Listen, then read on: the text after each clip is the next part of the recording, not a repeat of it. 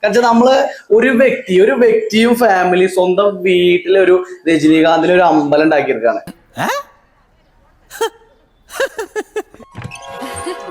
എന്റെ മനസ്സാണിത്. അമ്മയെന്ന് വിളിച്ച ഞാൻ ഇതിനകത്ത് കേറാറ്. ഇതാണ് ഇതിന്റെ ഒരു നൈറ്റ് വിഷ്വൽ കേട്ടോ. നൈറ്റ് വിഷ്വൽ എന്തുന്നാണ് ഇത്? നിന്റെ അമ്മൂമ്മയുടെ പിന്നാലെ ഒരോളമായിക്കോട്ടെ എന്ന് കരുതി. ഇത് കണ്ടോ എന്റെ തലയ്ക്കാണ് ഓളെന്നാണ് അവള് വിചാരിക്കുക.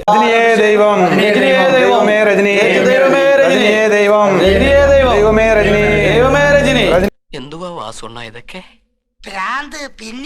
ഫസ്റ്റ് പാല് കഴിഞ്ഞ ചന്ദനം അല്ലെ? അപ്പൊ ചന്ദനം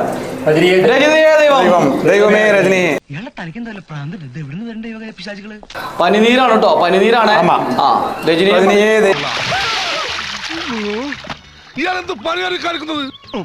രണ്ടാമത് സോറി സാർ.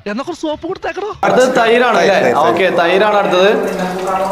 രജനിയേ ദൈവം, രജനി രജനിയേ ദൈവം.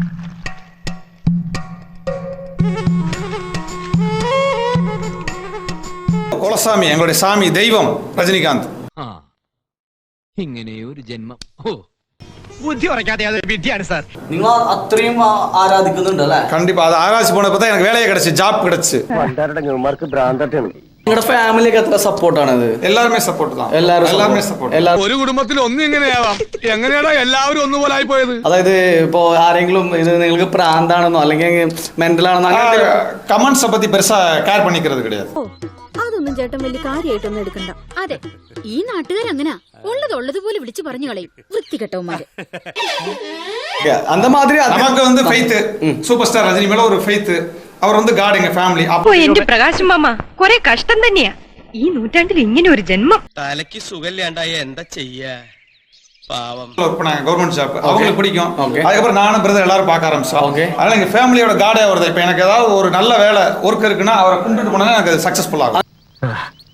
ഇത് ഈ ജന്മം ശരിയാവില്ല. കഷ്ടം. ഇങ്ങനെ പരസ്പരം ബന്ധമില്ലാതെ സംസാരിക്കുന്നതിന് തലയിൽ നെല്ലിക്കാ തളം വെച്ച് ഗുരുഗുരു ചിത്തക നെയ് സേവിക്കണമെന്ന് ചിലർ പറയും. പക്ഷെ അത് കേൾക്കേണ്ട കാര്യമല്ല. ഇതൊരു രോഗമല്ല, ഇതൊരു ശീലമാണ്. ഞാൻ പോകുന്നു. Bye bye.